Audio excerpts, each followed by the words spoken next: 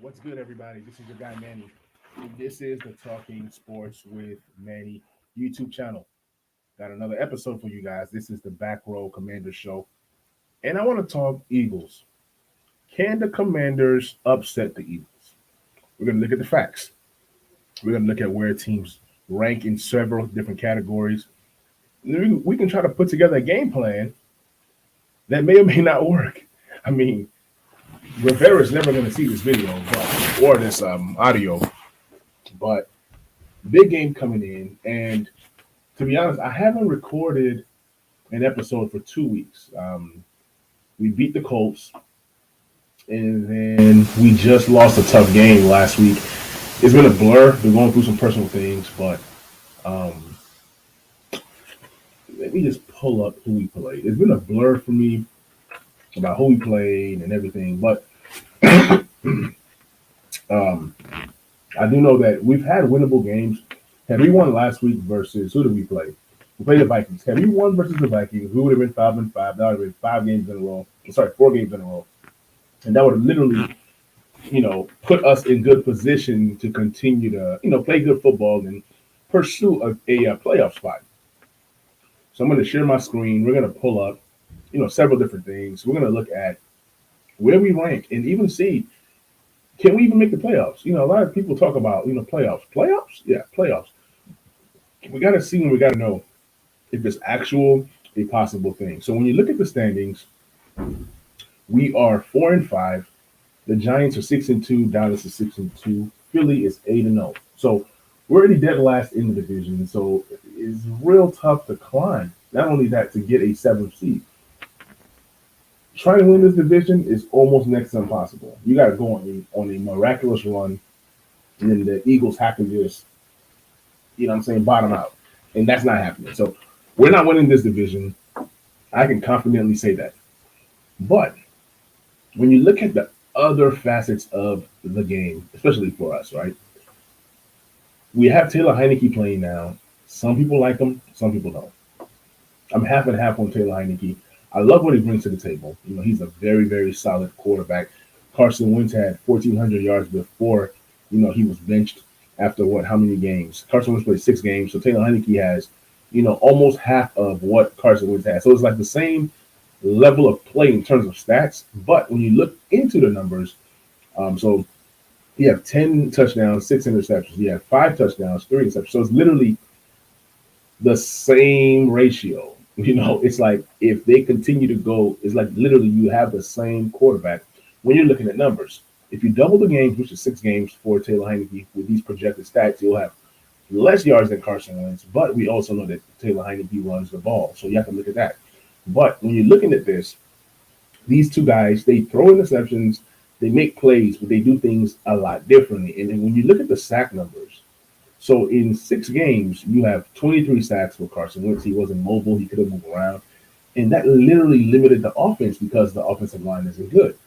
But on the flip side, you look at Taylor Heineke with only 6 sacks. If you double these games to 6, he'll have 12 sacks, which is still better than being sacked 23 times. So it's all about how you look at things. So when I'm looking at things one way, it looks, another way when you actually break it down and everything like that. So back to this. So when you look at, so we already established that the passing game isn't good. 248 yards per game for Carson Wentz, 209 for Taylor Heineke. And Taylor Heineke does a much better job with moving the chains, at least from the small sample size that I've seen. But we have to see what he looks like over a course of a 6-game stretch. Obviously, we've won with Taylor Heineke. We haven't won as much with Carson Wentz. So there's that as well. So with Taylor Heineke starting the last, how many, 3 games, we've been solid. We've been solid. We're, 2-1. And, let's see if we can continue those same winning ways moving forward. When we look at the running game has been bad, and it continues to be bad. And Tony Gibson, 328 yards rushing. That's pretty awful. And when you couple that with he only has 2 rushing touchdowns, and you have Brian Robinson, who's, also struggled in 5 games, 219 yards. He's averaging 3.3 yards per carry, and that's actually less than Antonio Gibson. So there's that debate. Is Gibson better? Is Robinson better? Is Gibson better? Is Robinson better? Does it really matter who's better? At the end of the day, both guys are terrible. That's what it all boils down to. Both guys are terrible. Can they get the running game going? And I always felt that if you can get the running game going, you have the best chance of beating literally any team. You got to be able to control the clock, and the Commanders have not been able to do that this year. They go through stretches where they're able to do certain things, but for the most part, they don't control the clock. Okay. Now, Jahan Dotson, he's practicing full. This guy has not played since like week 4, week 5. So this guy right here, he's a game changer, but we have to remember that with Jahan Dotson and Terry McLaurin, Jahan Dotson with Carson Wentz, he had 4 receiving touchdowns. And at that time, it was tied with Stephon Diggs for league lead in the NFL. So he's a big part of the team. He's a big part of that red zone offense. So he still, even till now, he still leads the team in touchdowns with 4. That just shows you how much of an impact player Jahan Dotson is. You can't look at the number of yards. You can't look at the number of targets or receptions. All I know is that when this guy gets open, he makes plays. And it's impressive to have 4 receiving touchdowns on 22 targets compared to 62 by Terry and 66 by Curtis. Curtis just scored last week after not scoring since week 2. So touchdowns has been hard to come by. Who else has touchdowns? De'Ami Brown had that lucky game versus the Titans. Ever since then, he's done nothing else. Logan Thomas had a touchdown, which I don't even remember. Dax Milne had one last week. Gibson has 2 receiving touchdowns. Curtis 3, Terry 2. We need to up our touchdown game. It'll be magnificent if we can get up to 16 to 20 more touchdowns the rest of the season, receiving wise. But I doubt that happens. Best case scenario, we probably end up with another 10 receiving touchdowns the rest of the year. The way that it's going, we don't score points. We struggle to score. This team is pretty bad. It's pretty bad. So it's like, but when you play a division foe, anything can happen. That's the beauty of the NFL, is that when you're playing a division foe like the Cowboys or the Giants or the Eagles, there are games that teams expect to win, but they lose because it's a division matchup. Sometimes you know these guys in the division as much as possible. So you just have to continue to, pursue and continue to, move and try to better your team. You have to go out here and, try to score, try to do things the right way. And we haven't done that. When you look at the defense, Cole Holcomb has missed 2 games. Okay? He's possibly most likely going to miss another game. He didn't practice again. So far, he has 69 tackles. At the time, he was a top 5 tackle leader or top 5 in tackles in the NFL. Now he doesn't have that. We don't have that. So you're leaning on Cameron Curl to be the guy that gobbles up some of these tackles. Jamin Davis has been okay. He does have 3 sacks, but at the same time, it's like he has improved. He has improved, but he's not giving us the impact yet that we are all expecting. I would love to see them rush Jamin Davis even more. If you do that, you definitely can do some things. I believe the last time Jamin Davis played the Eagles, I believe he had a sack in that game, or a play that resulted in a sack, and he was credited for it. Shout out to Daron Payne. He has 5.5 sacks. He leads a team with sacks, and he's a guy that literally didn't really get a lot of sacks last year. He's not really a big sack guy because it's not an opportunity for him to get sacks when you have, Payne, and when Chase is healthy, and then, Sweat, and then Allen. So but this year, these 2 guys have been neck and neck for league leader. Jonathan Allen has 4.5 sacks, and Daron Payne has 5.5. So Daron Payne is playing at an all-pro level. I'm enjoying everything that I'm seeing out of him right now. We are up there when it comes to sacks. We have 23 sacks right now as a team, and it's a collective effort. F. Obata has 3. James Smith-Williams has 2. Montez Sweat has 3. St. Juice has 1. Cameron Crowe has 1. So it's just a collective effort in getting to the quarterback. You're going to have to get to the quarterback numerous times this week. This is Jalen Hurts. Jalen Hurts is not a guy to play with. Jalen Hurts is a beast, and you got to go out there and you got to get after him. Remember what happened the last time when we played? It was ugly. I'm going to pull up the numbers so we can look at the numbers from last time and kind of see how can we limit those mistakes. I know you can't really see everything in the box score. YouTube doesn't allow me to show tape, so I can't really show any tape. All I can do is just kind of go through the box score and kind of go off of what I remember. So that game was in week week 3, 24-8. We struggled to score. And at that time, we did have Carson Wentz. So this time they're getting a different quarterback in the name of Taylor Heinicke. So Taylor Heinicke should be able to move around more. We were sacked 9 times the last time we played the Eagles, and literally the last time the Washington football team played the Eagles, I remember well, not the last time, but one of the times I remember Carson Wentz being the quarterback for the Eagles, and I think we sacked Carson Wentz, I think that game 9 times as well when we had Kerrigan still. So that was payback. He switched teams, and the game was at home, which hurt. They were able to sack him, 9 times, and then now going back to Philly, he gets to miss that homecoming, which in a way I'm glad because he just was not mobile enough. I mean, this guy threw 43 times. He completed 25 of those for 211 yards. It was just awful. I mean, he was just bad. He sacked 9 times, lost 58 yards on that. So it was terrible. It was terrible. I can guarantee you this, that Taylor Heinicke will not be sacked this many times. I can almost guarantee it. So with that being said, we'll see what happens there. Now, the run game is disgusting. It's just ugly. Antonio Gibson, 12 carries for 38 yards. We do have Brian Robinson Jr. We do have Curtis Samuel. So hopefully between those 3 guys and then J.D. McKissick finally returning this week, between those 4 guys, and so you have Taylor Heinicke, you have Gibson, you have Samuel, you have McKissick, you have Robinson, 5 guys. Hopefully, if those 5 guys can come together for 120 yards rushing, I love our chances in this game. It's going to help us to, be able to move the ball, move the chains, limit the sacks. Now, in this game, Terry did have 6 receptions for 102 yards. So even though that you're worried about, is Terry going to get his? He got his. I mean, obviously, they usually start in the second half to target Terry more, but he was targeted 9 times for 6 receptions. I think Jahan Dotson possibly played that game. He had 8 targets. He only caught 2 for 10.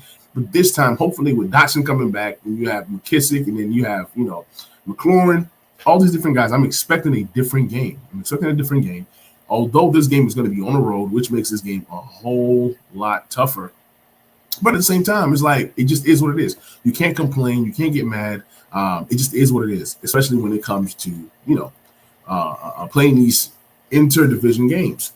Logan Thomas, he should be healthy now. I mean, we have the weapons. It's all about, can Taylor Heinicke be able to move the ball, move the chains, and, avoid sacks? Now, I'll say this. If the Eagles did not sack Carson Wentz 9 times, what would have been the result of this game? Do we still lose? Is it like because at halftime the Eagles had 20 points. We were trying to come back, but I won't call it a comeback. I mean, we shut them out the second half. So this defense is capable, and the defense has gotten a whole lot better since the last time that we played these guys. And in that game, we did sack Jalen Hurts 3 times. We would need to sack Jalen Hurts at least a good 6 times to have a good chance of winning this game. So we have running the ball for 120 yards, right? We have 6 sacks. These are some of the recipes to, help us win this game. Now, does it happen? I don't know. But what I do know is that Jamin Davis did have 2 sacks in that game. F. Obata had 1. So what I'm expecting now is you have Daron Payne, you have Jonathan Allen. Both guys playing well. You hear people say that the Eagles have the best offensive line in the league. Cool. But now, with the success that we had last time we played in terms of getting to the quarterback, that should continue. So the same way they used Jamin Davis, I want that same thing to happen, but without having Cole Holcomb there to gobble up 9 tackles like he did in that first matchup. It's going to be tough. How does Jack Del Rio use Jamin Davis? Does he let him roam? Does he let him play downhill? Stop the run on the way towards getting the quarterback. They always preach that. So we'll see what happens there. We'll even see if, does Derek Forrest have an impact? I don't think that Cameron Curl played this game, but Cameron Curl is available now. So it's a lot of things that have changed from the first matchup to this matchup, but this defense is definitely a whole lot better than it was. I would possibly say from this game, from this matchup, from this second half, I think that's when the defense started to turn a corner because they shut these guys out in the second half, and they didn't allow, points, right? But let's go back one more. Hopefully these graphics are coming through on the screen. Let me see where we're at. Yes, the graphics are coming through. So that's great. That's great. So let's kind of go back and look at the schedule one more time, because if I'm claiming that the defense got better from halftime of that Eagles game, so when we played Dallas, we got mopped. It was okay. I mean, 25-10 wasn't a total beatdown, but it definitely was not a good showing, right? So 25-10. We're limiting them to 25 points. It's better than giving up 28 and 30, 38 points. But then, looking at that second half, where they shut these guys down. When you look at this Dallas game, Dallas came out, scored some points, 12 points, and then they, ended up doing some things in the fourth quarter to go ahead and, pretty much put the game away. And it was tough because we just couldn't get it done. I mean, it was 15-10, and we just couldn't do anything. And, fourth quarter, Dallas pulls away and makes the score look more terrible. When we played the Titans, I felt we played decent defense. We limited them to 21 points, but the Commanders literally have to score at least 22 to 24 points in order to win. Like, we can't score points. Like, look at the points that we scored this year. 22, 27, 8, 10, 17. 28, 27. Those first 2 weeks were good. Then 8, 10, 17, 12, 23, 17. And I don't know how we got away with 23 points and 17 points and 12 points and wins. It just shows you how well that defense is played. They played good versus Chicago. It was an ugly game. They won that game. And I think even after that game, people were thinking there might be time to get rid of Wentz. Then Wentz ended up getting hurt. Found out that he got hurt. Brian Robinson played well in that stretch, 60 yards and 73 yards, but he hasn't done anything ever since week 7. So going into week 8, it was another ugly game. But before that, Green Bay game, Taylor Heinicke played his tail off, played well, brought this team, back, won the game. I mean, they just played well. They played well. You couldn't really complain there. I mean, Taylor Heinicke did everything he could to help the team win. Obviously, there were some throws that was kind of scary, but when you needed a big play, it was Taylor Heinicke to Terry. Same thing happened in Indianapolis, a trap game where you have Sam Ehlinger, but they pulled that off. Ended up being 4-4. I never dreamt that they'll be 4-4 after 8 weeks, especially how they started with a 1-4 record. But that's the Commanders for you. They start off bad, they make a run, they bring things closer, and then something happens. So with this Minnesota game, having the lead and then blowing it with a Heinicke interception, it makes fans mad. It's one of those things where, as fans, we're like, man, when can we get an actual quarterback? Like, we're tired of seeing Taylor Heinicke come in, play bad, put us in bad situations, potentially lose us the game. I felt that Taylor Heinicke literally lost us that Minnesota game. I mean, it just is what it is. I think defense played as well as they could, but they just could not maintain things. Kirk Cousins drove down, did what Kirk Cousins did. I mean, we could not contain Justin Jefferson in that Minnesota game, and that's literally what it all boiled down to. He had 7 receptions for 115 yards. I mean, he literally destroyed us. He had big chunk plays, 47 yards. He had a touchdown. TJ Hockenson came in and literally helped us offense via that trade. I was hoping that TJ Hockenson didn't play, but he played and changed the whole dynamics of the game. I can't be mad. 9 receptions, 70 yards, and then Thielen pitched in. So they have a great passing attack. Also, you have to factor in Dalvin Cook. We were able to contain Dalvin Cook, 17 carries for 47 yards. That's one thing that we do well, which is limiting other teams from running the ball. So I do love that aspect of what we do. But if you can't effectively run and you're shutting people down, like what's the whole deal? Like what's the benefit? Now, we did have some plays. We did have 137 yards. Remember, I said we need 120 versus the Eagles. So we did have 137 versus Minnesota. That was a recipe right there. We got over 120 yards. And literally when we do that, most times we have a good chance of winning the game. When you do that, that means most times your defense played well. But we got by Kirk Cousins in Minnesota. I mean, in that Minnesota game. And, he hit us with that. You like that in the locker room. Doing this thing, I can't really be mad at Kirk Cousins. I'm a fan of Kirk Cousins. Certain fans don't like Kirk Cousins. But, hey, I'm happy for him. The Minnesota Vikings are 7-1. So you have to look at it like, okay, the team lost to a 7-1 team. Cameron Curl led the team in tackles that game. They did get after the quarterback. Payton had a sack. Juice had a sack. But definitely room for improvement. So when you look at everybody the Commanders have lost to, you lost to a bad Lions team, okay? You lost to a great undefeated Philadelphia team. You lost to a Dallas team who is now 6-2. You lost to a Tennessee team who is I believe their record is like 5-4 or 5-3. So Tennessee is also another good team by record. You beat the lowly Chicago, you beat the lowly Green Bay, you beat the lowly Indianapolis. So when you play the bad teams, you dominate, right? Or you sneak out a win. When you play the good teams like Minnesota's and the Dallas and the Eagles of the world, you can't score and you end up losing. So come Monday night, what are we going to see? Are we going to see a fight that we saw versus Minnesota and most likely try to squeak out a win? Do we see the same kind of defense that we saw in that second half in the first matchup? Do we see that? We don't know.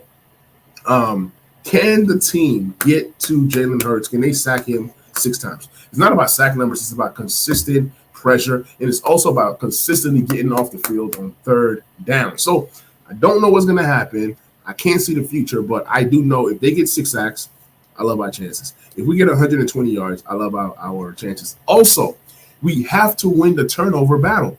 What does that mean? That means that we cannot turn over the ball, and we have to get takeaways. So it's been hard for the Commanders to get takeaways. Like, we are one of the worst teams in the league when it comes down to getting takeaways.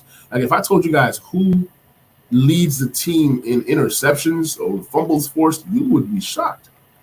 So when you go to defense, right, let's go to interceptions. We have 3 whopping interceptions so far this year. One is by Derek Forrest. Remember that game. One is by Jonathan Allen. That's so sad. And by Danny Johnson last week on a Hail Mary attempt. So the interceptions and how we've gotten them has been so terrible. When you go to fumble recoveries, I mean, we have 1, 2, 3, 4. I mean, that's cool, but we don't get takeaways. We should be getting more takeaways. Like, some of these takeaways were fumble punts. Some of these were on special teams that was self-inflicted by the teams that we were playing. So it wasn't like we went there and we hit them in the mouth and then they fumbled. So that doesn't happen a lot for the Commanders. That means the turnover battle, TO battle, I would say we need to be a plus. Let me just say +1. For the fact that we are a low takeaway team, let's just say +1. And what I mean by +1 is, let's say we get a lucky interception or we get a lucky forced fumble, and then we get, maybe like we block a field goal and take it back or something along that line. And then we have to play mistake-free football. That means we cannot turn it over because we know that the Eagles are a high-octane offense. So I do not want us to turn over the ball and then we give them a short field. So that means us taking care of the ball, playing as mistake-free as possible, and then us luckily getting a takeaway. So those are my 3 keys to the game.